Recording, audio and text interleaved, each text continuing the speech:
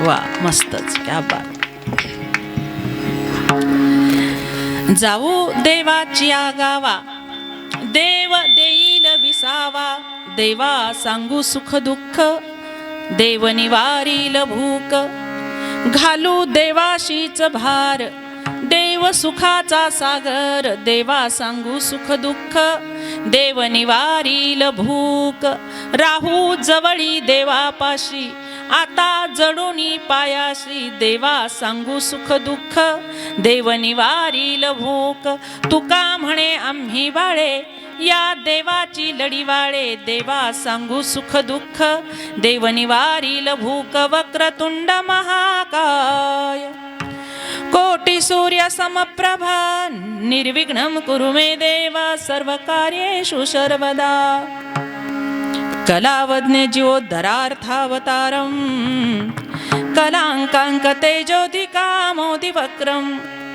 खलानीशवादापनोदार्ह दक्षं, समाधिस्थ मूर्तिं भजे ज्ञानदेवं, महायोगपीठे तटे भीमरथ्यां, वरं पुंडरीकाय दातुं मुनीन्द्रै, समागत्य तिष्ठन्तमानन्दकन्दं, परब्रह्मलिंगं भजे पांडुरंगं, पांडुरंगा करू प्रथम नमन.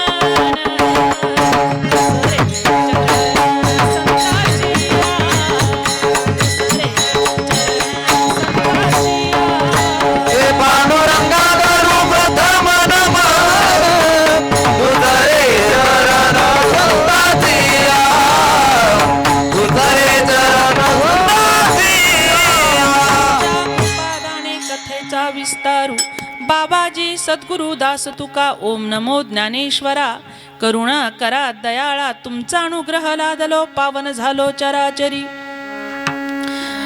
शांती ब्रह्मनाथ महाराजाच्या षष्टी निमित्ताने समस्त भक्त परिवार, श्री हरिभक्ती परायण मार्तंड महाराज बोरगावकर, तुमचे अथक परिश्रम बघून कौतुक करावं तेवढं कमी आहे. आता ह्यांना मी नाही सांगितलं टाळ्या वाजवा, ह्यांच्या टाळ्या उत्तर देताय की तुम्ही अथक परिश्रम घेतायत. विसी न घेता दिंडी चालवणं, ती पण 1-2 वर्ष नाही, हा तपपूर्ती सोहळा आहे आपल्या दिंडीचा. क्या बात, मस्तच. 12 वर्ष पूर्ण केलीत. आणि मला असं वाटतं की आता मी संभाजीनगरवरून निघाले, रस्त्याने बघितलं तर दिंडीमध्ये कमी संख्या दिसत होती चालणाऱ्या व्यक्तींची. इथे आल्यावर असं वाटलं की आळंदी ते पंढरपूर सोहळ्याची दिंडी आहे, एवढा समाज. क्या बात. शिस्त म्हणू नका, काय मस्त, काहीही सांगायची गरज नाही. उत्कृष्ट नियोजन, उत्कृष्ट शिस्त, उत्कृष्ट गायक मंडळी दिंडीमध्ये, उत्कृष्ट पखवाजवादक मंडळी दिंडीमध्ये, बालगोपाळ, आबालवृद्ध, माता भगिनी ह्या उभ्या राहिल्यात त्या सगळ्या दिंडीतल्याच का? वा वा. नाही, प्रॉपरच्या आहात का तुम्ही? हा, आत्ता उभे राहिल्या ह्या प्रॉपरच्या आहेत. तेच म्हणलं, तुमची चेहरेलाही खुललेली दिसलेत मला. कारण दिवसभर चालून आलं की मग नाही चेहरा खुलत. मग काही करा तुम्ही. आता तुमचे तरी लई फ्रेश आहे, तुम्ही मला दरवर्षी ऐकतात म्हणून. नाहीतर तिकडं माऊलीच्या पालखी सोहळ्यात कीर्तन असलं ना, दिवसभर थकलेले असतात बायका, अशा बसतात. ते कोंबड्यांना मरी नाही येत का? ते काय करतील बिचाऱ्या, शरीर आहे ते, थकतं ना एवढं चालून, आणि कुठून हसणार बळबळ. पण तुमचं कौतुक करावं तेवढं कमी आहे, विशेष करून चालणाऱ्या सगळ्या माता भगिनी पुरुष बांधवांचं. वा वा, क्या बात. आणि नतमस्तक होते मी तुमच्या चरणारविंदावर की खरंच तुमची कृपाशीर्वाद आम्हाला लाभो, असं मला म्हणावंसं वाटतंय. योगदान हे एवढं असलं पाहिजे, केल्याविना होत नाही, आणि म्हणून ठोस पावलं उचलली पाहिजे. मार्तंड महाराजांचा एक प्रयोग मला खूप आवडला की दिंडीत येणाऱ्या माता भगिनी पहिल्या आणि दुसऱ्या दिवशी ज्या सहभागी होतील त्यांना साडी चोळी देऊन सन्मानित करण्यात येईल. मिळाल्या ना साड्या चोळ्या बऱ्याच जणींना? मस्त. तुम्ही येण्याची तयारी दाखवली तरी साडी चोळी मिळते. दरवर्षी पैठणमध्ये आला तर नाथ बाबा काय नाही देणार, काय नो हे केले एका चिंतिता विठ्ठल. मनाची तयारी असावी लागते. सगळं काही मिळतं. हे मी मनाने बोलत नाही, तर अनुभव आहेत, ग्रंथांचा आधार आहे. जगद्गुरु श्रीमंत श्री तुकोबारायांचा अभंग आहे, अभंग 5 चरणांचा आहे. संतांचं गाव आणि देवाचं गाव हे एकच असतं, त्यात काही बदल नाही. देव ते संत आणि संत तेच देव, ह्यात काय वेगळं आहे? तेव्हा देवच संतांच्या रूपामध्ये अवतार धारण करून जनसामान्यांना तारण्याची दिशा दाखवत असतात. आणि अशा देवभूमीत आपण चाललेलो आहोत. करोडो लोक जन्माला आलेले आहेत, लाखो लोक महाराष्ट्रामध्ये जीवन जगतायत. आपल्या वडलोपार्जित सगळ्या खानदानीचं पुण्य म्हणायला हरकत नाही. तेव्हा एवढ्या हजारो करोडो लोकांमधून आपल्याला पायीदिंडी सोहळ्यामध्ये यावंसं वाटलं पैठण नगरीमध्ये. म्हणजे सहजासहजी सत्पुरुष किंवा सतस्त्री निर्माण होत नाही, तर पांडुरंगाचे पायिक म्हणून जन्माला येण्यासाठी, वारकरी संप्रदायात पायी सोहळ्यात चालण्यासाठी सबंध घराण्याची पुण्याई लागते. त्या पुण्याईचा वारसा आपल्याला लाभला तेव्हा तुम्ही मंडळी या पायी सोहळ्यात चालत आहात. आणि सगळे ऍक्टिव्ह आहे, साऊंड सिस्टीम पासून शूटिंगवाले पण. इकडं तुमचे भजन सुरू झालं, तुम्ही उत्साहाने टाळी वाजवायला लागले की बरोबर कॅमेरा तिकडं जातोय. नाहीतर असं कधी कधी असं होतं, मी आता तिकडे गेले होते MP मध्ये, हे मोठा पॅन्डॉल जसं की आता महाराजांचा आहे, रवी महाराजांनी सांगितलं मला मगाशी, नंबर 1 DJ आपल्या भागातला. किती छान. आणि फक्त डीजेच नाही तर पॅन्डॉल ही भव्य दिव्य, ओपन मंडप ही भव्य दिव्य, मोठ्या मोठ्या कीर्तनकारांचे आयोजनही ते करतात. मी एवढी मोठी नाही आहे, मी आपली छोटी छोटी गरीबाचं लेकरू कुठं उड्या मारणार. आणि मला काही परंपरा लाभली नाही ना, आमक्या इतक्या पिढ्या झाल्या तितक्या पिढ्या झाल्या. ते 1.5 एकराच्या माणसाच्या लेकरांनी कीर्तन शिकावं आणि अख्खा आयुष्य संघर्षात गेलं. आणि ते संघर्ष करता करता इथपर्यंत गाडी चालत आली. ही नाथबाबांची कृपा आहे, अबाधित चालत आली, ही नाथबाबांची कृपा आहे. आणि तुम्ही पायी चालणाऱ्या माता भगिनी आणि पुरुष बांधवांकडून, पित्या समान बांधवांकडून एकच आशीष मागते की असंच प्रेम आमच्यावर राहू द्या. आयुष्याच्या शेवटच्या क्षणापर्यंत पांडुरंग परमात्म्याच्या नामसंकीर्तनाची सेवा घडो, हीच अपेक्षा. वारकरी संप्रदाय हा वेद तत्वांनी भरलेला संप्रदाय आहे. आणि म्हणून या संप्रदायात जो येतो त्या जीवाचं कल्याण झाल्याशिवाय राहत नाही. संप्रदाय चालू ठेवण्यासाठी काही तत्व असावे लागतात. जसं शरीर चालू ठेवण्यासाठी पंचमहाभूत तत्व एका ठाई आले. पंचभूतांचा गोंधळ केला एका ठाई मेळ, एवढंच घेऊयात कामापुरतं, पुढं पुन्हा विषय भरकटेल. असा एका ठाई या पंचभूतांचा गोंधळ आहे. तेव्हा शरीर निर्माण झालं. तसं संप्रदाय निर्माण करण्यासाठी 5 तत्वांची गरज असते. मग ती 5 तत्व कोणती? पहिलं देव, दुसरे संत, तिसरं ग्रंथ, चौथं तीर्थक्षेत्र आणि 5वं साधना. या 5ही गोष्टींचा मेळ झाला की संप्रदाय निर्माण होतो. आपण म्हणाल वारकरी संप्रदायाची ही 5 तत्व कोणती? पंढरीश पांडुरंग परमात्मा जो विटेवर उभा आहे, भक्तांची वाट बघत तो आमचा देव आहे. संत ते कोण? श्रीनाथ बाबा, तुकोबाराय, ज्ञानेश्वर माऊली, सावतोबा, गोरोबा, सेनानावी, अजून किती नावं सांगायची, चोखा मेळा, मीराबाई, मुक्ताबाई, संत जनाबाई, सकुबाई, स्वैराबाई, ही झालीत आपली संत. ग्रंथ कोणते आहेत? ज्ञानेश्वरी, गाथा, भागवत, नाथबाबांनी लिहिलेलं भागवत आणि सकल संतांच्या गाथा, हे आमचे ग्रंथ आहेत.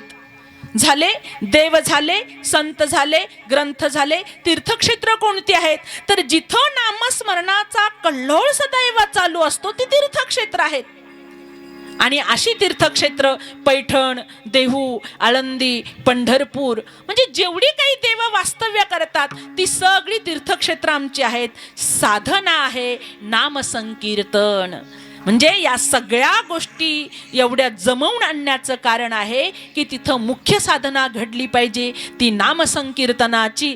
त्या नामसंकीर्तनाचे पायिक होण्यासाठी आम्ही या वारकरी संप्रदायामध्ये आलेलो आहोत. संतांची आपल्यावर विशेष कृपा आहे. त्यांनी आपल्याला साध्या भाषेत, बोली भाषेत परमार्थ पटवून दिला. त्यामुळे आम्ही वारकरी संप्रदायात येऊ शकलो. आणि ही कृपा कोणी केली? नाथबाबांनी. कशी कृपा केली, ग्रंथ संस्कृत मध्ये आहे, कळावे कसे, साध्या भाषेत आले पाहिजे. एवढंच काय, प्रापंचिकांना वेदाची श्रुतींची भाषा कळण्यासाठी रूपक लिहिलीत माझ्या नाथबाबांनी. रूपक म्हणजे भारूड, बहुरूढ. आपण जसं जगतो त्याची उदाहरणं घेऊन अध्यात्माचं लक्षात आणून देण्याचे अर्थ हे कार्य माझ्या नाथबाबांनी केलं. कारण जर नाथबाबांनी सरळ सांगितलं असतं वासना मरू दे, लोकांच्या लक्षात आलं नसतं. आलं तरी लोकांनी दुर्लक्ष केलं असतं. कारण संसारिकांना परमार्थ कळणं कठीण जातं. अध्यात्म तत्वज्ञान हे कुणाला सोपं जातं? जे रात्रंदिवस चिंतन करत असतात, ग्रंथांचं अध्ययन करतात. चाली म्हणणं कोणाला सोपं जातं? तुम्ही नेहमी रियाज करता की नाही? घरी यूट्यूबवर म्हणा, टेप रेकॉर्डरवर म्हणा, ज्या ज्या पहिल्या साधना उपलब्ध होते तेवढ्याच्यातनं तुम्ही प्रॅक्टिस केली, तेव्हा तुम्ही इथं सुंदर चाली म्हणू शकतायत. साधना लागते प्रत्येक गोष्टीच्या पाठीमागं. वाजवणारे काय सहज वाजवतात का? आता पखवाज वाजला की तुम्ही सगळे चांगली लोक दाद देतायत, मस्त, उगीच तोंड वाकडं करत नाहीयेत. काही काही लोकांना वाईट सवय असते, किती चांगलं म्हणू द्या, तोंडावर 12च वाजलेले. त्यांना असं वाटतं की जगात सांगीतिक विषयावर मीच प्रगती करणारी आहे. असं नसावं ना. असं थोडं हसत मुखाने दुसऱ्यांना प्रोत्साहन दिलं पाहिजे.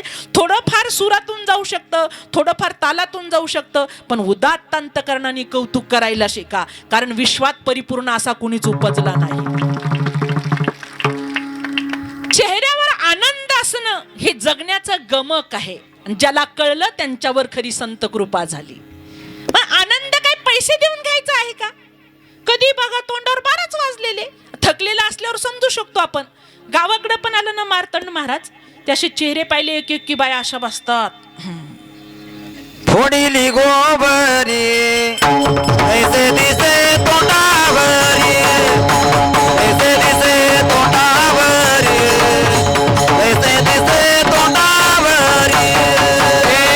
फोडीली गोबरी ऐसे दिसे तोंडावरी, ऐसे दिसे तोंडावरी, ऐसे दिसे तोंडावरी. तरी दुसरी शेजारी काय दात काढी ती, हसू द्या की तिला, होऊ द्या थोडं मोकळं. तुम्हाला सांगू का, कोणत्या बाईला रोग होत नाही? महिला मंडळ. मार्तंड महाराजांच्या दिंडीमध्ये महिला मंडळी जास्त चालतायत.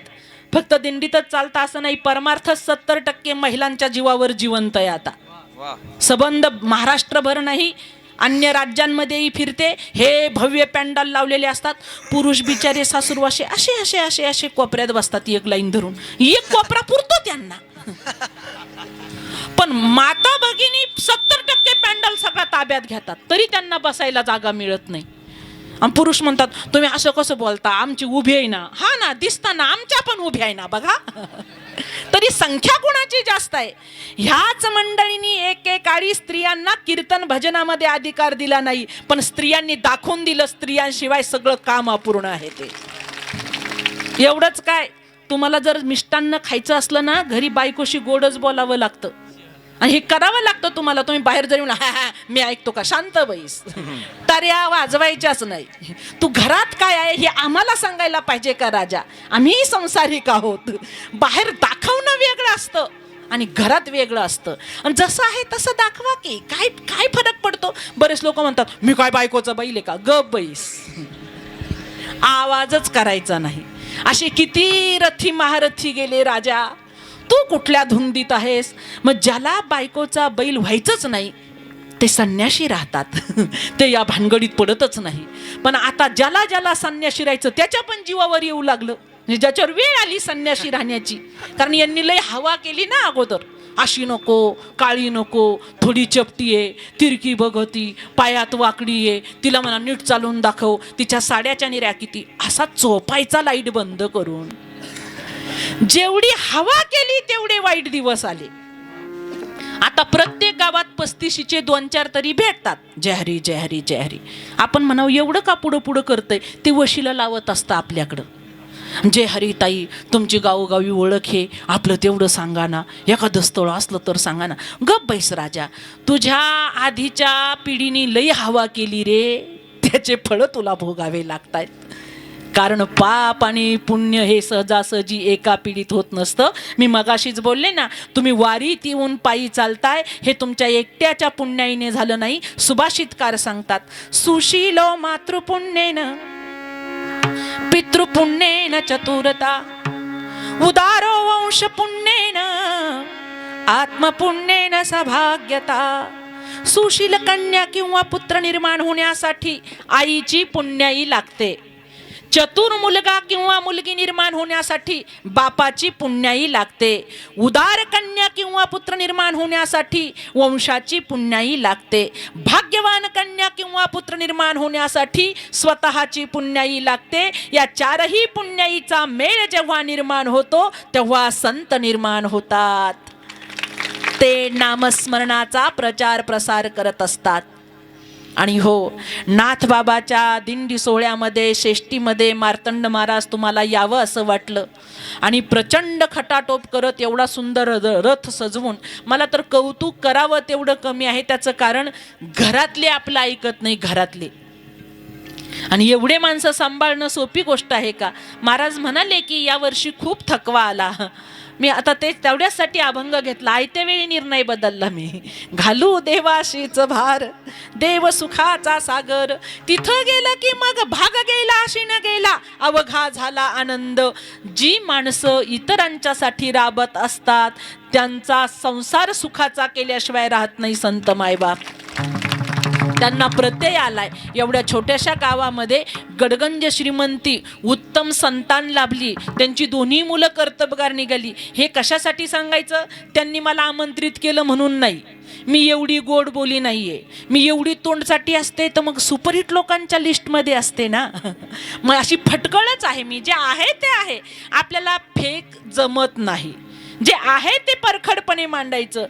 तुम्ही माझ्याही पेक्षा पुण्यवान आहात. मी दगदगीमध्ये बाकीच्या ठिकाणी कीर्तन करत फिरते. तुम्ही नाथबाबांचा रस्ता धरला म्हणून तुमच्या चरणारविंदावर साष्टांग दंड. हो, भाग्यवंतांच्या वाट्याला येतं हे सुखवारीचं. आणि म्हणून संत प्रेमाने सांगतात, जाय जाय तो पंढरी होय होय वार. जाय जाय तो पंढरी होय होय वार. जाय जाय हो पंढरी होय होय वार. जाय जाय तो पंढरी होय होय वार करी. सांडुनिया वाळवंट, सांडुनिया वाळवंट, काय इच्छिसी वैकुंठ, काय इच्छिसी वैकुंठ. जाय जाय तू पंढरी होय होय वार. जाय जाय तू पंढरी होय होय वार. जाय जाय रे पंढरी होय होय वार करी. जाय जाय रे पंढरी होय होय वार करी. वार करी. प्रत्येक जीव हा संसाराने दुःखाने व्यापलेला आहे.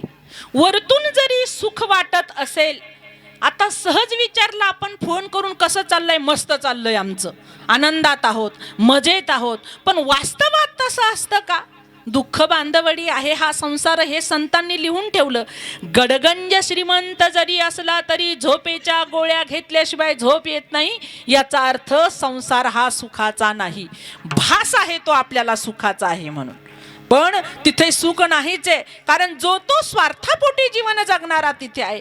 ज्या मुलांना जन्माला घालून लहानाचं मोठं केलं, काबाड कष्ट केले, त्यांचे एक एक हट्ट पुरवले, त्यांच्यासाठी पंढरीची वारी केली नाही, देहूची केली नाही, पैठणची केली नाही.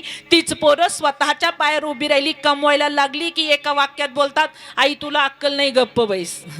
पप्पा तुम्हाला कळत नाही, आवाज काढू नका. आताचं हे जग असं आहे, तुमच्या काळातले राहिले नाही. आता तुमचं ते जुनं झालं, तुम्ही सांदीचं खापर झालात, गप्प बसा. ज्या मुलांच्यासाठी एक एक स्वप्न रंगवण्यासाठी आम्ही महिन्याचे काबड कष्ट लावलेत पणाला, ती मुलं जर आम्हाला असं बोलू शकतात तर संसारात सुख आहे का? जी संतती निर्माण होण्यासाठी एक नाही, दोन नाही, शेकडो देवांना नवस केले, पण ती संतती निर्माण झाल्यावर आपलं एकही गोष्ट ऐकायला तयार नसते. याचाच अर्थ हा संसार दुःखाचा आहे. भासताना तो सुखाचा भासतो, पण तिथे सगळीकडे दुःख आहे. त्याचं कारण संसारात परिपूर्णपणे पारतंत्र्य आहे आणि परमार्थात परिपूर्णपणे स्वातंत्र्य आहे. संसारामध्ये नातेगोती सांभाळायची असतात, परमार्थामध्ये चित्त सांभाळायचं असतं. ज्याला चित्ताने मदत केली, चित्ताने सहाय्य केलं, त्याच्या अंतकरणात देव वास्तव्य करतो. संत म्हणतातच, करार निर्मळ तुका भले चित्त करार निर्मळ तुका म्हणे चित्त करार निर्मळ तुका म्हणे चित्त करार निर्मळ योनी गोपाळ राहे तेथे योनी गोपाळ राहे तेथे तुका म्हणे चित्त करारे निर्मळ तुका म्हणे चित्त करारे निर्मळ करारे निर्मळ करारे निर्मळ. कारण संत आपल्याच एका गुणांकडे लक्ष देताना प्रत्येक गोष्टीकडे वेगळी मागणी मागतात. मनाला सांगतात स्थिर रहा, बुद्धीला सांगतात चांगल्या ठिकाणी वाग, वासनेला सांगतात समूळ नाहीशी हो, तसंच चित्ताला सांगतात मदत कर, सहाय्य कर. थोडे आहे चित्त सहाय्य झाली. या प्रत्येक गोष्टीकडे वेगळी मागणी केली आहे. मनाला सांगितलंय स्थिर राहा, कारण तू जेवढा पळतो तेवढी आमची फजिती होते. चित्ताला सांगितलं सहाय्य करा, आणि वासनेला सांगितलं ही वासना मेलीच पाहिजे, कारण नामस्मरणाच्या जवळ ती सांगड बांधूच देत नाही, इतकी खतरनाक आहे वासना. आणि म्हणून वासनेला रूपक देताना नाथबाबा वासनेला म्हणतात सासू, आणि नवस करतात खंडेराया तुझ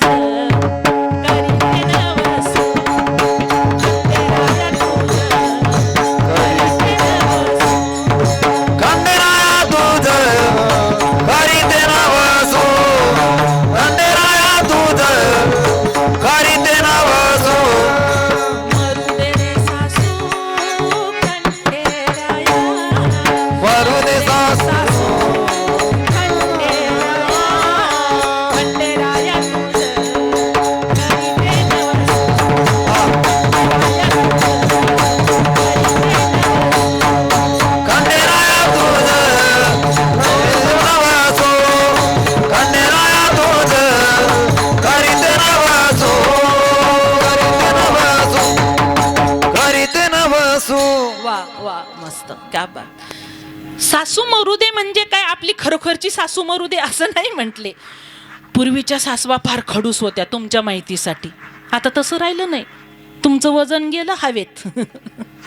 आता तुम्ही आवाज करायचा नाही. हा आवाज कुणाचा? एकट्या सुनबाईचा. आणि सुनबाईचा आवाज दाबायचा म्हटलं की निघली माहेरी. मग काय पोराला आळंदीच्या घाटावर पाठवती? करणार काय? असं अवघड जागी दुखणं आहे, त्याचं नाव आहे संसार. कितीही काही सुख मिळवायचा प्रयत्न केला, कारण देव एवढा अजब ख्याली आहे. तुम्ही किती संसार सुखाचा करायचा निर्णय घेतला तरी त्याच्याकडे पाप पुण्याची मुख्य मोजमाप देवानी स्वतःकडे ठेवली. तो म्हणतो, देव तुम्ही जर पुण्य करायला गेला तरी त्याचं पापात रूपांतर मी करू शकतो, तुम्ही पाप केलं तरी त्याचं पुण्यात रूपांतर कसं करायचं हे ठरवणारा मी आहे. त्याचंच नाव देव आहे. तीळ मात्र जरी अहंकार झाला तरी देवाला ते मान्य नाही. म्हणून इथं तर कोणी तसे नाही, कारण आता हे सगळे दिंडीत चालणारी मंडळी आहे, संतांच्या सानिध्यातली आहे. बाकीच्यांच्यासाठी सांगते, तुमचे गावाकडे सोडले ना तुम्ही ते, त्यांच्यासाठी. अहंकारात जीवन जगू नका. कुणाचाही अहंकार शेवटास गेला नाही, लक्षात घ्या. अहंकार किती गोष्टींचा असतो. संसार दुःखाचा का झाला? खोट्या गोष्टींचा अहंकार मानला म्हणून. पहिली गोष्ट आहे रूपाचा अहंकार. जे असं सुंदर आहे ना, अगो ग ग ग ग, ते आरशापुढून हालतच नाही. काय नट ती बाई. आता ह्या दिंडीतल्या नाही पायी चालणाऱ्या, ह्या संतांच्या सानिध्यातल्या आई, घरी राहिलेल्या ज्या आहेत त्यांच्यासाठी सांगते. पाहिजे तर तुम्हाला आलंच लक्षात तर घरी जाऊन निरोप द्या, असं म्हणाल्या ताई. हा, पचापचा लिपस्टिक, फाउंडेशन असं इथं मध्ये चमकी भरायची, नटायचं थटायचं, 3-3 वेळा साडी बदलायची, नवऱ्याला येऊन विचारायचं, सांगा मी कशी दिसते. ह्यालाच म्हणतात रूपाचा अहंकार. किती दिवस 40-45 पर्यंत बाई रूपवान दिसते. एकदा तारुण्य संपायला लागलं की खोबऱ्याची वाटी झालेसे मुख, गळतसे नाक श्वाना परी. ज्या तरुण बायकोच्या मागे पुढे नवरा येडा होऊन फिरायचा, तीच बायको म्हातारी झाल्यावर म्हातारं पाठ करून बसतं हो तिच्याकडं. मी डोळ्यांनी पाहिलंय हे. आपलं खोटं बोलणं नाहीच. हे तारुण्यात म्हणायचा, कितना हसीन चेहरा, फुलोसा चेहरा तेरा, चांद कहू या फूल कहू. तेच म्हातारं पाठ करून खोकलत बसत आणि म्हणते, आजी नातवाला सांगतं, तो आजीला म्हणा वांग्याची भाजी तिथं वाटीत झाकून ठेवली, खाऊन घे तेवढी. तोंडाकडे बघत नाही, तोंडाकडं. काय रूपाचं घेऊन बसलात तुम्ही. दुसरा अहंकार आहे सत्तेचा. 5 वर्षानंतर जाते, भल्या भल्यांची गेली, तुमची आमचीही जाणार. म्हणून सत्तेचाही मोह करू नये, अहंकार दाखवू नये. त्याच्या पुढचा अहंकार आहे पैशाचा. ज्यांच्याकडे पैसा आहे ना, त्यांचं वजन वाढलंय, वजन. पण रावणाची सोन्याची असूनही राक्षसाच्या मैतीने मारावं लागलं. आपले 12 तोळे घेऊन कुठं उड्या हाणताय तुम्ही. मी काय कमी आहे काय नाही, 1,60,000 झालं ना, आता माझ्याकडं 20 तोळे येईन. त्याच्या पप्पाला म्हणा नादच करू नको, आता घटस्फोट झाला तरी एकटी पोट भरू शकते. श्रीधवणे उड्या मारू नकोस, हे फार कमी आहे. एकदा उलटी फिरली ना, क्षणात खाक होत असतं. म्हणून पैशाचा अहंकार ही चुकीचा आहे. शेवटचा अहंकार आहे प्रतिष्ठेचा. एखाद्याला असं वाटतं, मी फार तत्वानी वागलो, माझं गावात वजन आहे, 4 खेडे मला मानतात, आपल्यासारखा माणूस नाही, माझ्या शब्दाच्या पुढे गाव जात नाही, मी पारावर बसलो की माझं एक एक वाक्य लोक टिपतात. राजा, प्रतिष्ठेचं काय घेऊन बसलात? प्रतिष्ठा तोपर्यंत आहे जोपर्यंत माणसाच्या हातून एखादी चूक घडत नाही. एक चूक घडू द्या, एक. आयुष्यभर जेवढे तुम्ही चांगले वागलात ना, 0 मिनिटात त्याच्यावर पाणी फिरतं. लोक म्हणतात एवढं चांगलं होतं पण वाटोळं केलं आणि त्याच्यावर काय विश्वास ठेविता. हे लोक आहेत जे प्रतिष्ठा देतात, ते पायाखाली आणतात. म्हणून प्रेम करायचं आहे तर उठसूट ह्या बाकीच्या गबाळावर करू नका. प्रेम करायचं आहे पांडुरंग परमात्म्यावर करा. म्हणून माझ्या नाथबाबांनी देवाकडे मागणी मागितली, भक्ती प्रेमा विना ज्ञान नको देवा, भक्ती प्रेमा विना ज्ञान नको देवा, भक्ती प्रेमा विना ज्ञान नको देवा, भक्ती प्रेमा विना ज्ञान नको देवा. अभिमान नित्य नवा तया माझे, अभिमान नित्य नवा तया माझे, प्रेम सुख दे, प्रेम सुख दे, प्रेम सुख दे, प्रेम सुख दे. अभिमान नित्य नवा तया माझे, अभिमान नित्य नवा तया माझे, प्रेम सुख देई, प्रेम सुख देई, प्रेम सुख देई, प्रेम सुख देई. नाही समाधान.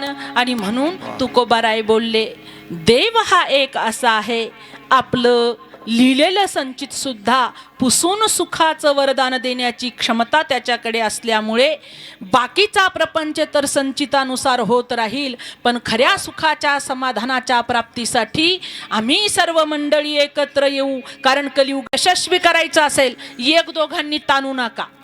1 कलकोंडे असतात ना, ते एकटंच पळत आणि ते म्हणतं आपलं बरं आहे, एकटी दिंडी तुकाराम. काय एकटा पळतोस आणि कोण मागे येणार? मार्तंड महाराज तुम्ही खटाटोप करून एवढी मंडळी एकत्र केली. कलियुगामध्ये संघटनाला फार महत्व आहे. हे संघटन कायम टिकलं पाहिजे, हे असंच मनावर घ्या. मी तिकडे येत असते तेव्हा नेहमी मार्तंड महाराजांच्या दिंडीचं कौतुक कीर्तनातनं करते, जाफराबाद भोकरदन सगळीकडे आल्यावर. आणि मला वाटतं प्रत्येक गावातनं दिंडीमध्ये काही मंडळींनी सहभागी झालं पाहिजे म्हणून मुद्दाम विषय घेत असते. कारण एक दोघांनी कामं होत नाही. जिथे संघटन तिथे इम्प्रेशन. एकटं किती ताना तुम्ही, काही काही लोक नाही का एकटेच उपोषण करता, एकटेच मरू ओरडतात. उपोषण कोणाचं वजनदार राहिलं? हा बरं आहे, समजदार को इशारा काफी. विठ्ठल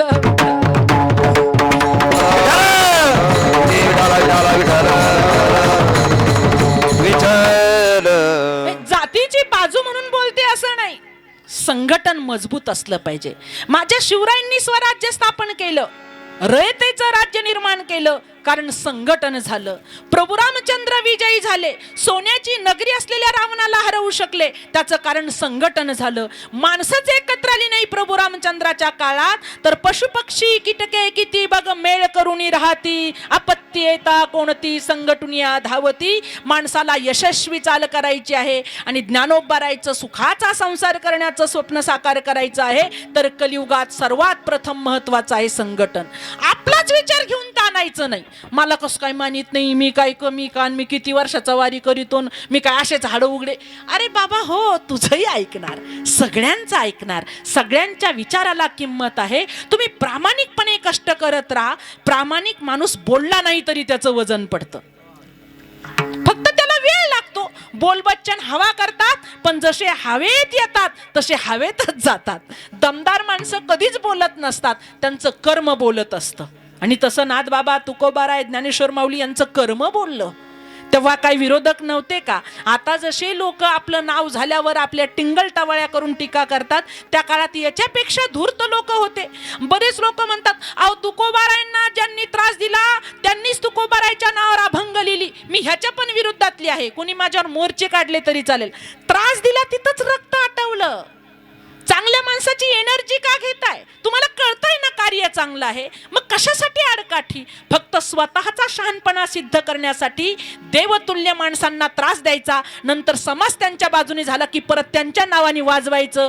हे असे कपटी कारस्थानं बंद करा. अशांना आम्ही कधीच वंदन करणार नाही. कारण चांगल्या माणसाचं हर एक पार्ट फार महत्वाचा आहे.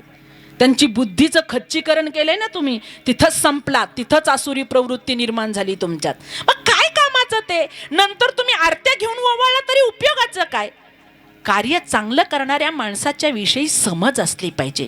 थोडं स्वतःच्या बुद्धीला शांत करून स्थिर करून बघितलं पाहिजे. हे वैयक्तिक स्वार्थासाठी नाहीये, जगताच्या कल्याणासाठी अभंग लिहिली जात आहे. मग त्यांच्यावर टीका का करावी? त्यांना त्रास का द्यावा? भीक मागण्याची वेळ त्यांच्यावर का आणावी? लोकांना त्यांच्या विरुद्धात का भडकवून द्यावं? मग नंतर पुन्हा त्यांच्या नावाने अभंग लिहायची अर्थ नाही त्याला.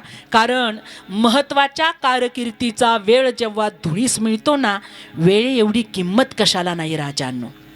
म्हणून आयुष्यातला वेळ कधीच व्यर्थ घालवू नका. तुम्ही आता सगळे बसलेले आहात, योगायोग आला मार्तंड महाराज आपल्या दिंडीमुळे, म्हणून यांना सांगायचं, आता आपला महत्वाच्या आयुष्यातला वेळ एक गोष्ट घेतोय, तो म्हणजे मोबाईल. लय कीड लागलं खतरनाक सगळ्यांना, अगदी म्हाताऱ्यांपासून तरुणांपासून बारक्या पोरांपर्यंत. पोरगं बसतं टेरेसवर मोबाईल घेऊन, त्याला डोंट डिस्टर्ब मी म्हणतात. टेरेस पकडलं की पप्पा बसतात हॉलमध्ये, मम्मी किचनमध्ये मोबाईल चाळती, पोरगी बेडरूममध्ये जाऊन बसती. घरात 3-4 लोक आहे, 4 लोकांनी 4 कोपरे धरले. मोबाईलनी माणसाच्या चिंतनाला अडथळा आणलाय. बरीच लोक म्हणतात ऑनलाईन आम्ही अभ्यास करतो, रिसर्च केलं सायंटिस्ट लोकांनी, ऑनलाईन लक्षात राहत नाही. पुस्तकातलं ज्ञान जेवढं लक्षात राहतं तेवढं मोबाईलवरचं लक्षात राहत नाही. पोरंही मोबाईल घेऊन बसतात ना, आता ह्या बारक्या पोरी बघता की नाही मोबाईल, हां मस्त, तुमचं तर कीर्तन झाल्यावर सत्कार झाला पाहिजे. नाही तुमचा कशाला, तुमच्या मम्मीचा झाला पाहिजे. जी मम्मी पप्पा तुम्हाला मोबाईल देतात ना, बघा बघा म्हणतात, आम्हाला डिस्टर्ब करू नका, त्यांचा सत्कार केला पाहिजे. स्क्रीनवर काहीही पाठ होत नाही. मला एकाने सांगितलं, ताई आवाज एवढा गोड आहे, तुमच्या मुखारविंदातनं एकदा भागवत ऐकायचं. आणि MP मध्ये तुमचं जसं साऊंड सिस्टीम आहे तसंच त्यांचंही असं प्रगल्भ आहे, ते तयार आहेत, ते फक्त म्हणतात एकदा कथा इकडे बुक करा. मला वाटलं आपण ऑनलाईन करून बघू. मी हे 100 लोकांच्या कथा ऐकल्या, एक वाक्य लक्षात राहिलं नाही. मग म्हटलं संगीता आता ग्रंथ उघड. कारण ग्रंथ उघडल्याशिवाय आकलन नाही होत. महिला मंडळी, तुम्ही आपल्या अशा वारीत येतात आणि गवळणी ऐकतात, रडू नको बाळा, हरी मी पाण्याला जाते आणि पाण्याला जाते, पाणी घेऊन येते. हे असं ऐकल्याने नाही देव भेटणार. पाहुनिया ग्रंथ करावे कीर्तन, पाहुनिया ग्रंथ करावे कीर्तन, पाहुनिया ग्रंथ करावे कीर्तन, पाहुनिया ग्रंथ करावे कीर्तन. देवाले दान फळ द्याचे, फळ द्याचे, देवाले दान फळ द्याचे.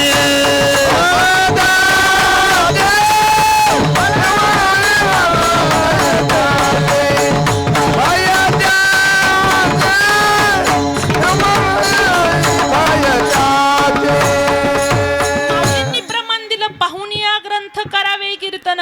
मी अजून मनाने एक गोष्ट सांगू का? पाहुनिया ग्रंथ करावे भजन. भजन करायला देखील ग्रंथ उघडला पाहिजे. आता तुम्ही शिकलेल्या मंडळी आहात सगळ्या, माता भगिनी देखील. येऊ द्या बरं वर हात, किती जणींना पुस्तक वाचता येतं? वा वा, एवढे एकच, मस्त मस्त. हां, प्रश्न उशिरा कळला तर वा वा वा वा. बाकीच्यांचे खालीच आहे हात. काही काहींना वाचता येत असून त्या म्हणत असतील नाही करत वरात, काय करती बोल, असे असतात काही काही. आणि काही काहींना नाहीच वाचता आलं, दिंड्या केल्या, सगळं केलं, पण नाही वाचता आलं. काय करणार आता? ते छोट्या माऊलींच्या भाषेत विहिरीजवळचा वाफा कोरडा असं म्हणतात त्याला. त्याला उपयोगच नसतो काही. आता नाही वाचता आलं तर काय करणार? DP खाली अंधार किंवा टावर खाली रेंजच मिळत नाही, तसा असतो तो विषय. पण वाईट वाटून घ्यायचं नाही. लिहिणं वाचणं शिकायचं आणि ग्रंथ उघडून पाठ करायचं. नसेल लिहिता येत तर ज्यांचे गाथ्यातले पाठ आहे अभंग, त्यांचं बघून पाठ करायचं. रस्त्याने चालला आता ही तत्ववेत्ती मंडळी आहे, त्यांचं ऐकून बोललं पाहिजे. एक बाई म्हणे, एवढं बोलती का तू, कीर्तनकार आहे म्हणून लई शायनिंग मारू लागली. म्हणलं अगं बाई, म्हणे मला काही येत नाही काय? म्हणलं येतं की. म्हणे मग दे इकडं माईक. माझंच माईक घेतला आणि आता गवळण ऐक. म्हणलं ऐकते. जशी गवळण सुरू केली, गवळणीतले शब्द होते, अरे अरे अरे अरे नको नको नको हात घालू या डेऱ्यात, तुला गोडीनं सांगते मारीनं घालात. ही गवळण आहे? ही कुठल्या संतांनी लिहिली? काय अर्थ काय निघतो या गवळणीचा? एकदा हे यांचं कॅसेटचं सगळं वातावरण होतं अख्ख्या पैठणमध्ये. संवादिनीच्या साथीला महाराष्ट्रातले वारकरी संप्रदायाचे प्रसिद्ध संगीतकार आहेत, ज्यांची मी अर्धांगिनी आहे, नागेशजी पिंपळे. मी लहान होते शाळेत असताना, तेव्हा यांच्या खूप साऱ्या कॅसेट गाजल्या आणि आपल्या पैठणमध्ये एक कॅसेट वाजत होती, नकळत बाई टपकन, आणि त्याच्यावर ढोलकी वाजत होती. म्हटलं हे कुठल्या ग्रंथातलं आहे आता नवीन? म्हणजे हे असं होतं आणि लोकांनाही ते आवडतं. गाथ्यातलं काढलं की लोकांचे माथे जड पडतात. आणि लोकप्रियता कोणाला आहे? तमाशा प्रधान, जागरण प्रधान, अशांना लोकप्रियता आहे. बसायला जागा मिळत नाही अशा लोकांपुढं. आणि फक्त गाथ्यातलं सांग, बाई काय कटाळा आला ग म्हणतात, लय डोक्यावरून गेलं बाय, काय स्वतःला शानी समजिती. अगं बाई आई, गवळणींचा अधिकार काय? ज्या गवळणींनी भगवान श्रीकृष्णावर नितांत प्रीती केली, त्या गवळणींच्या समोर काळ देखील थरथर कापायचा. काळ म्हणजे काय? मृत्यू. ज्या मृत्यूला तुम्ही आम्ही कीर्तनकारासहित सगळे घाबरतो, त्या मृत्यू पुढं तो मृत्यू गवळणींच्या पुढे थरथर कापायचा. आणि त्याचं वर्णन निळोबारायांनी गवळणीत केलं. येता जाता नेनो काळाचा आडदरा,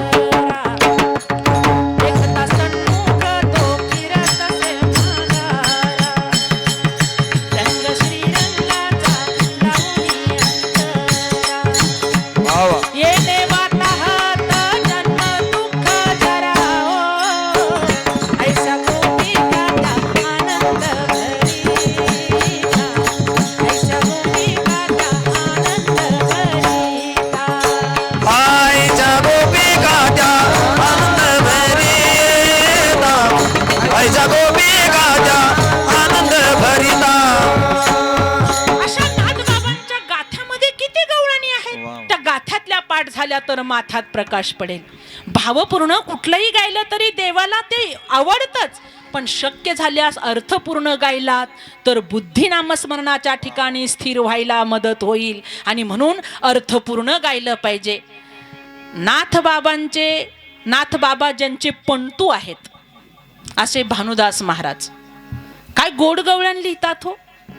वृंदावनी वेणू वेणू वा वा. कवनाचा मायवाजे वेणू कवनाचा मायवाजे वेणू नादे गोवर्धनु गाजे वेणू नादे गोवर्धनु गाजे. वा. आनंद आहे आनंद. आणि म्हणून जाणोनी सर्व की जे शरण जाताना विचार करून शरण गेलं पाहिजे. नाहीतर गिळायला हेच बसलेले आम्हा बापू वगैरे सगळे नानान काकान काय काय आलेत बाहेरचे. तुम्हाला काय तत्वज्ञान कमी पडलंय महाराष्ट्रामध्ये. तुकोबाराय ज्ञानोबाराय नाथबाबा यांचे एक एक ग्रंथ एका अभंगावर चिंतन करायला अख्खा आयुष्य संपेल. याला म्हणतात महाराष्ट्रातल्या संतांचं संत वाङ्मय. वेळ दिला तर काय अशक्य आहे. शिकल्या सवरलेल्या बायका तुम्ही पोटच्या लेकरांना हे वारीत चालणारे आहेत का तुम्ही का ग अय पोरींनो पायी चालणारे आहे का नाही. अगो बाया मस्त बसल्यात तुम्ही जाशीच्या राण्या. बसा बसा बसा हरकत नाही. तुम्ही वाकडे पाय करा सरळ करा कसे करा पण कीर्तनात बसा. ही काळाची गरज आहे. आणि बारक्या पोरांनी बसलं पाहिजे, तरुण बांधवांनी बसलं पाहिजे कीर्तनात. कारण देशाचा भार जबाबदारी सगळी त्यांच्या खांद्यावर द्यायची आहे. म्हाताऱ्यांना कुठं ऐकायचे कीर्तन आता. याचा अर्थ म्हातारी उठून जाऊ नका लगेच. म्हणाल नाही तर काय बोलती आम्हीच तर बसलो तिथे हिच्या पुढे आम्हाला बोलती का चला उठून जाऊ असं करू नका. तुम्ही तर आमचे आधारस्तंभ आहात. पण अशा जी लोक तत्ववेत्ते आहेत त्यांच्या समोर आम्ही कालची पोरं काय ज्ञान पाजळणार आहोत. तुम्ही तर भरून उरलेले आहात. आणि काही काही भरून उरलेले त्यांनी बिड्या पिऊ पिऊ जर देवळं रंगवली त्यांच्या समोर कीर्तन सांगून काय उपयोग. असं बसतं म्हातारं मधल्या ब्रेकमध्ये भजनाच्या मधल्या ब्रेकमध्ये फुर्र असं फेकतं पुढं धूर. आणि आपण म्हणलं ना आम्हाला ॲलर्जी आवाज बसतो तिकडच्या कोपऱ्यात बैस मग माझ्या पुढं कशाला बसली असं म्हणतं म्हातारं. म्हणजे आपल्या दिंडीत असं एकही म्हातारं नाही. हे नाथबाबाचे उपकार आहे आपल्यावर.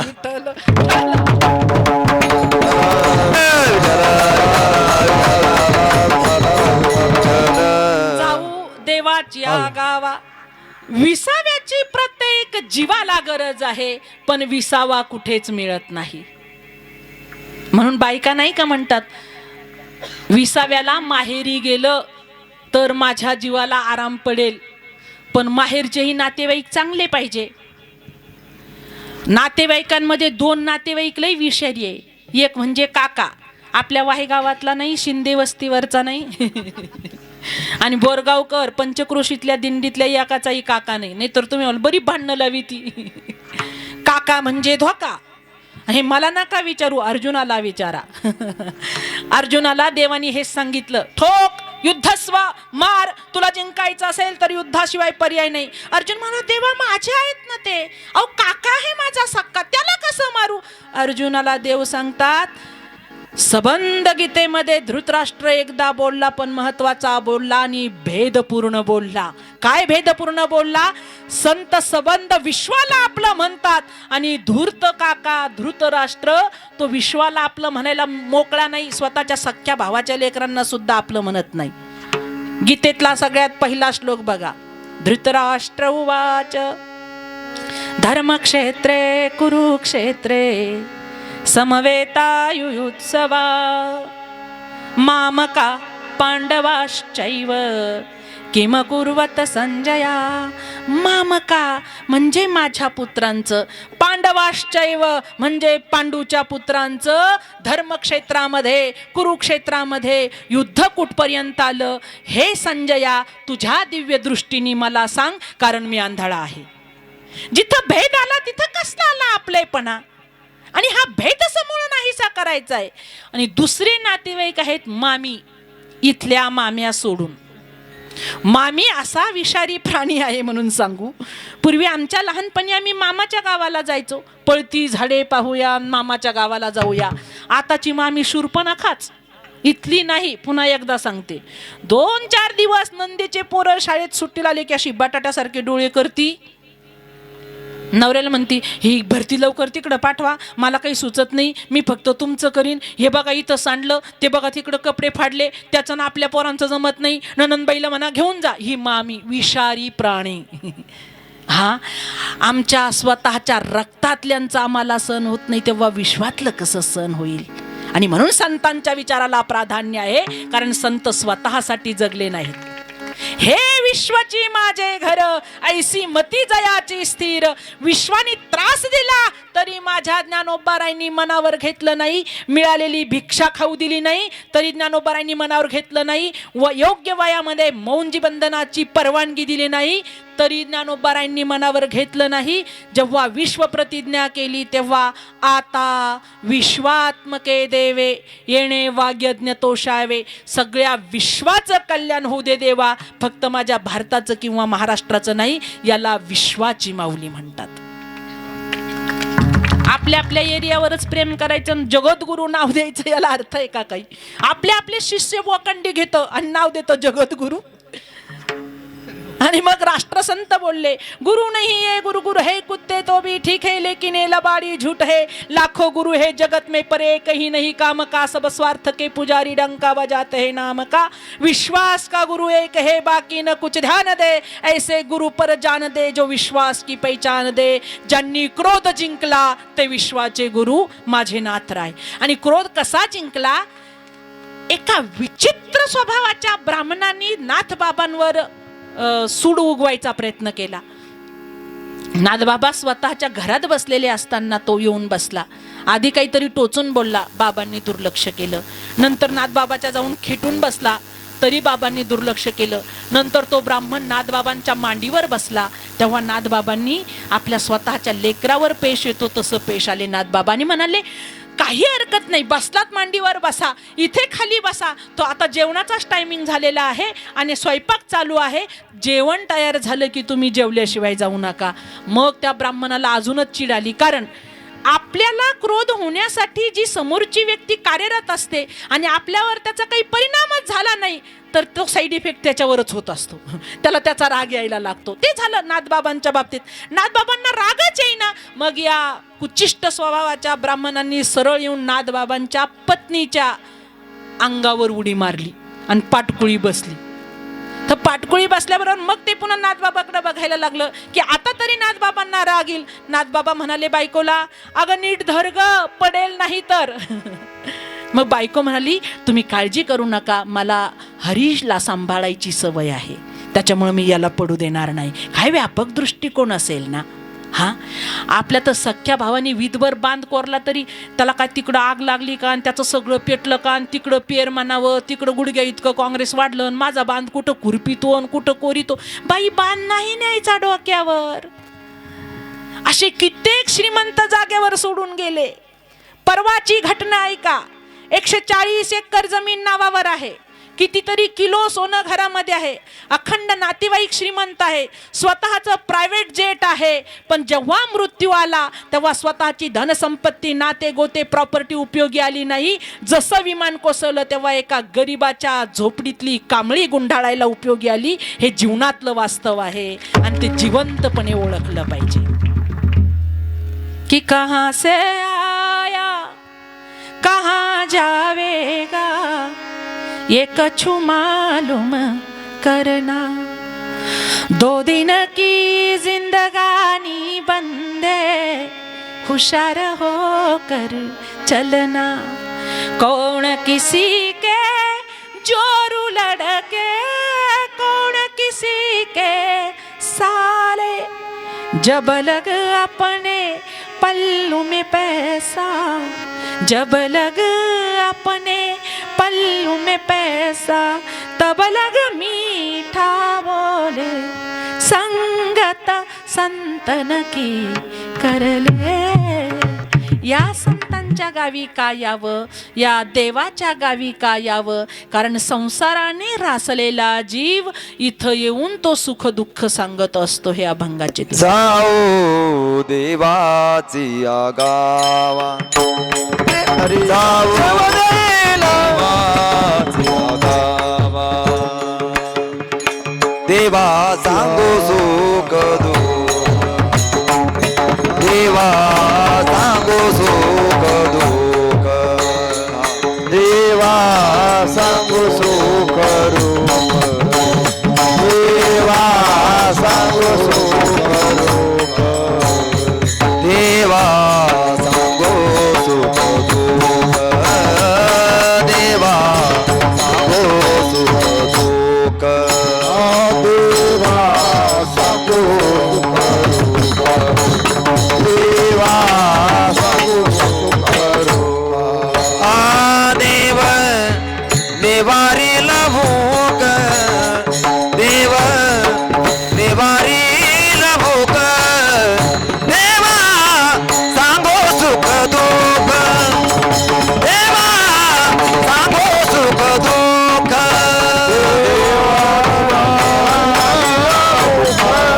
देवा देवारील भूक देवा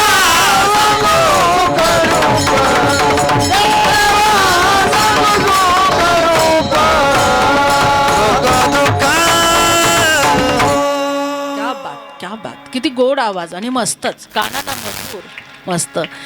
ही देण असते ईश्वराची. देव आपल्याला काय देऊन जातो त्याची किंमत आपल्यालाही नसते कधी कधी. आणि आपण असं बघतो की ते किती चांगलं, ते किती चांगलं, ते किती चांगलं. प्रत्येकाकडे देवाने खूप छान गुण दिलेला आहे, तो ओळखता आला पाहिजे. महिला मंडळी, यातली उत्तम एखादी बाई एवढी हुशार असू शकते, चांगल्या जर उत्तम भाकरी केल्या तर चांगल्या कीर्तनकारणीला जमणार नाही एवढ्या उत्तम. तोही गुण आहे की त्याचंही कौतुक केलं पाहिजे. म्हणजे जी इथं व्यासपीठावर बोलते ती फार हुशार, आणि ज्या प्रपंच संभाळतात त्या येड्या गाबाळ्या असं अजिबात नाही.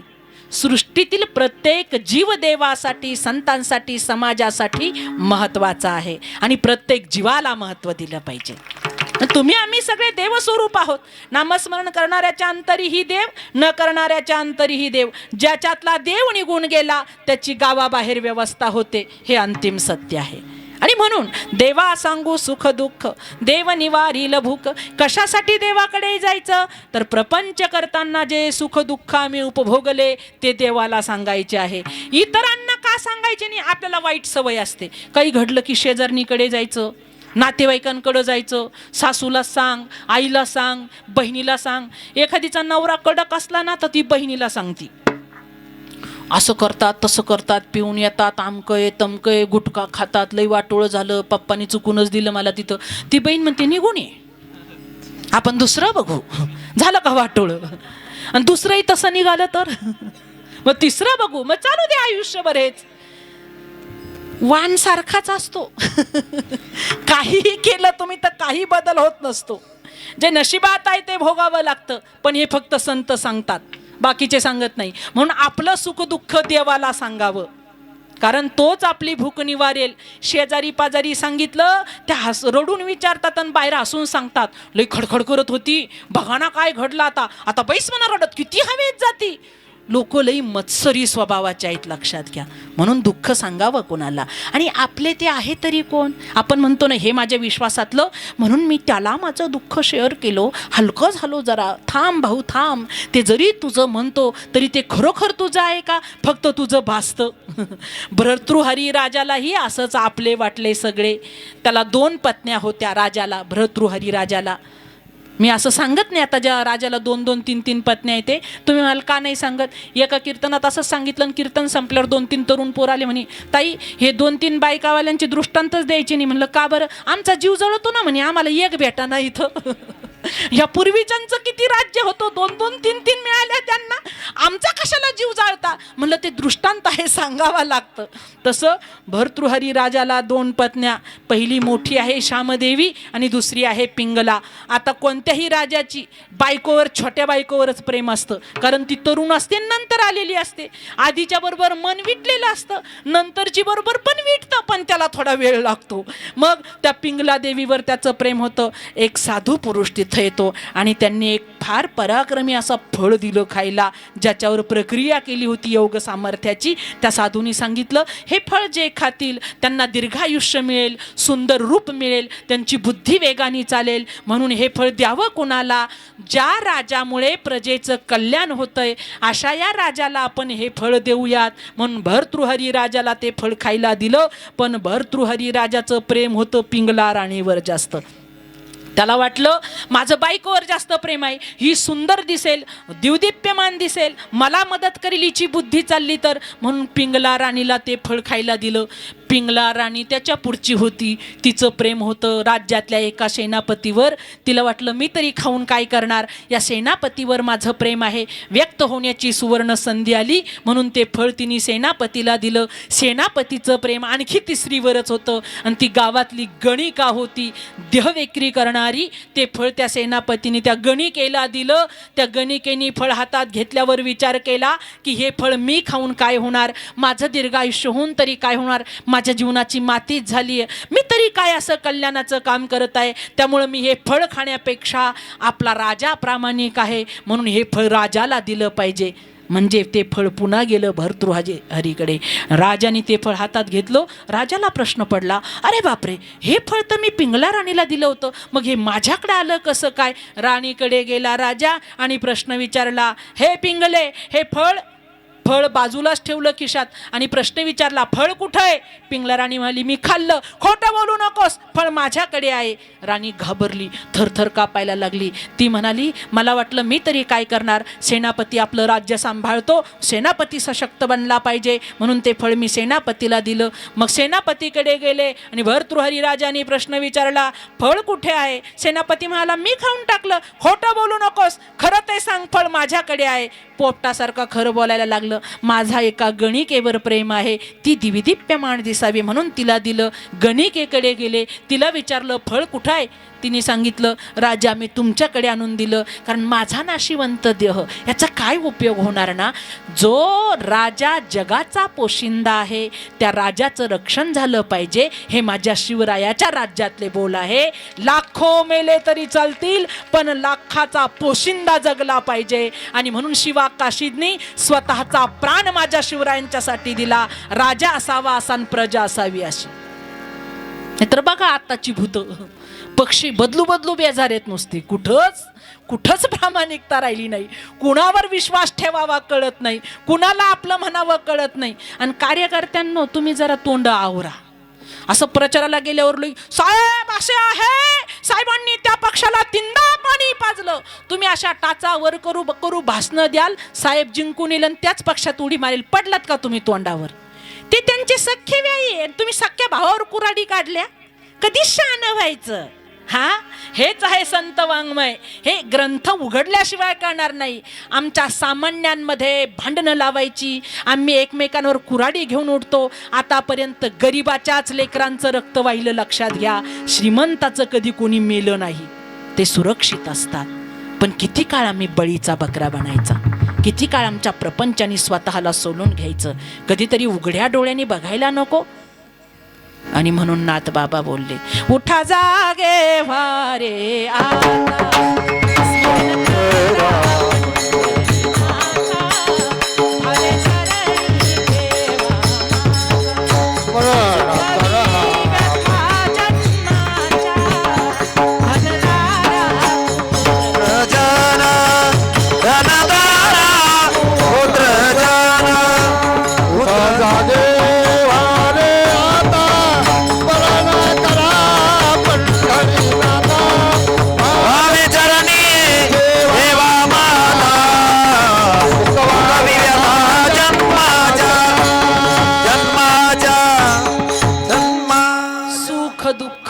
हे देवाजवळ सांगावं, भार हलका होतो.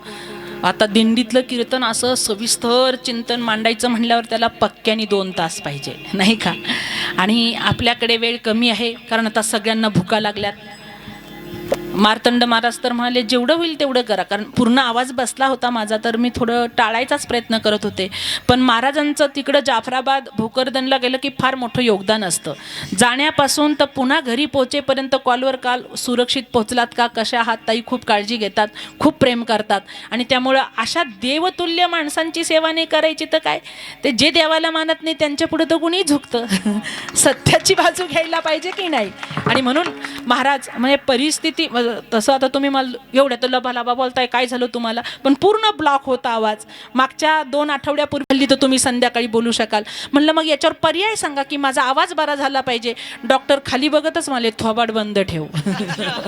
बोलणं बंद ठेवलं तर आराम होईल, आणि गळ्याला आराम झाला की मग तुझा आवाज उकलेल. पण मला सांगा, मी डॉक्टराच्या पुढची, म्हणलं बोलणं तर बंद होणार नाही. आणि त्याच्यामुळं आठवडाभराचे कार्यक्रम रद्द करावे लागले, कारण की शरीर आहे ते ओला गोळा, कधी साथ देतं कधी देत नाही. पण पुन्हा एकदा तुमचे मनापासून आभार. बराच सारा अभंग सोडवायचा आहे आणि मनापासून तळमळही वाटते, खूप बोलावंसं वाटतं. तुमच्यासारखे श्रोतृवर्ग भेटले की असं पोट भरून बोलावंसं वाटतं. जशा गुह्य गोष्टी असतात की नाही, लेक खूप दिवस सासरी नांदते आणि आईकडे येते, तिला पोट भरून बोलायचं असतं, आणि माय ही अंतकरणात ऐकते. तसं किरण महाराज, वा क्या बात. हा, हे खूप साऱ्या ठिकाणी असतात, पण मग नावं इकडची तिकडं होऊ शकतात ना, म्हणून मी खात्री करूनच हे करून घेते, हो, ओळख बरोबर जावी म्हणून. अजून पुढे, वा वा, मस्त, किती. आणि खूप छान पारंपरिक प्रमाण दिलं बाबांनी पारंपरिक चालीमध्ये. आणि कधीही गावातल्या भजनांना कमी समजायचं नाही. कीर्तनकारी एकच दिवस शायनिंग मारून जातात, वर्षभराचा परमार्थ गावातले भजनी चालू ठेवतात. म्हणून भजनी सगळ्यांचा बाप असतो, हे लक्षात ठेवायचं वारकरी संप्रदायात. कारण वर्षभर सांभाळला ना परमार्थ, आणखी काय पाहिजे. अजून पुढे एकेकाची सगळ्यांची नावं. हरिभक्तीपरायण राहुल महाराज, पुढे हरिभक्तीपरायण नारायण महाराज, धर्मराज महाराज, वा वा, मस्त. पुढे विष्णू महाराज, विठ्ठल बाबा, सुखदेव बाबा, कृष्णा महाराज, विष्णू महाराज, उमेश महाराज, ओके, दीपक महाराज, प्रदीप महाराज, हरिभक्तीपर्यंत. पुढे नामदेव महाराज, पुढचे विलास महाराज, रामेश्वर महाराज. क्या बात, क्या बात, मस्तच, अफलातून. पखवाजासाठी जे आधी बसलेले होते आपल्या दिंडीतले रोजचे, हे आजचे नाही. हा, त्यांचं पण सांगते. हरिभक्तीपरायण शंकर महाराज आणि व्यापक अंतकरणाने पखवाजापासून उठून बाजूला बसलेत. हे असं मोठं मन पाहिजे त्याला, नाही तर काही काही पखवाजे असे पखवाजाला चिकटून बसतात. आणि जर आपण म्हणलं, एखाद्याने कोणी म्हणलं त्यांच्याबरोबर आली त्यांना वाजू दे ना, मी हातुडी नाही देत म्हणतात, गायब तिथून हातुडी. काय म्हणायचं आता यांना. पण मोठं अंतकरण पाहिजे, ते दाखवलंय महाराजांनी. क्या बात, जोरदार टाळ्या त्यांच्यासाठी. आणि पखवाजासाठी छत्रपती संभाजीनगर येथून आलेले आमचे सारथी आणि महाराष्ट्रभर आमच्याबरोबर फिरतात, सख्या भावापेक्षाही जास्त काळजी घेतात. हरिभक्तीपरायण रवी महाराज पाटील आणि संवादिनीचे मगाशीच मी बोलले नागेशजी पिंपळे आणि चोपदार काका. मस्तच, साऊंड सिस्टीम उत्कृष्ट. कशी वाटली? मस्त. म्हणजे एवढं असं 32 चॅनलचं नाही, पण जे आहे त्यात छान केलं. ऑपरेटरही चांगला असावा लागतो ना त्याला, नाहीतर मशीन एवढं मोठं ना, ऑपरेटरला ढेकळही कळले नाही तर काय होतो तू खेळायचं का मंडपात. ते कळलं पाहिजे त्याच्यात सगळं, कुठे काय करायचं, लेवल ठेवता आली पाहिजे. आणि माता भगिनी, क्या बात आहे, यांच्यासाठी जोरदार टाळ्या. ते मस्त सजवलेले कलश वगैरे. आणि मला असं वाटतंय की मुक्ताबायाच उभ्या आहेत आज, किती छान. असं वाटतं उद्याच्या कीर्तनाला घेऊन जाव्यात ह्या सगळ्या गाडीत टाकून. एवढ्या नाही बसणार माझ्या गाडीत, पण खूप छान. विनेकरी बाबा आहे तिकडे. आणि लाईव्ह नाही केलं ना, हां, लाईव्ह करायचंच नाही. ओघाओघात एखादं वाक्य गेलं की ते मग टॉर्चर करतात, ट्रोल करतात. नंतर असं शॉर्ट वगैरे असं करून ज्याच्यावर ऑप्शन घेऊ शकतात लोक, ऑब्जेक्शन, ते कट करायचं. बोलण्याच्या ओघात निघत असतं. आणि लोक लई खतरनाक आहे, इथले नाही बघणारे, ते लई ट्रोल करतात. म्हणून असं जपूनच. तर तुम्ही जे रेकॉर्ड शूट केलं असे चॅनलचे, आपले काय चॅनलचं नाव आहे मार्तंड महाराज? ब्रह्मांड नायक. वा वा वा, मस्त. ब्रह्मांड नायक, किती छान नाव दिलंय चॅनलला देखील. मस्तच. आता हे 2-3 दिवसात पडेल, ते पण तिकडेही ऐका आणि कोणी ओळखीचं असेल त्यांनाही ऐकवा. बरं, सेवेचा आपला टायमिंग संपत आलेला आहे. आमचे कृष्णा दादा आहेत, जेवढ्या पोस्ट त्यांच्याकडे जातात तर न विसरता जय शिवराय ताई असा रिप्लाय असतो त्यांचा. क्या बात, अशी भन्नाट माणसं पाहिजे ना आयुष्यात.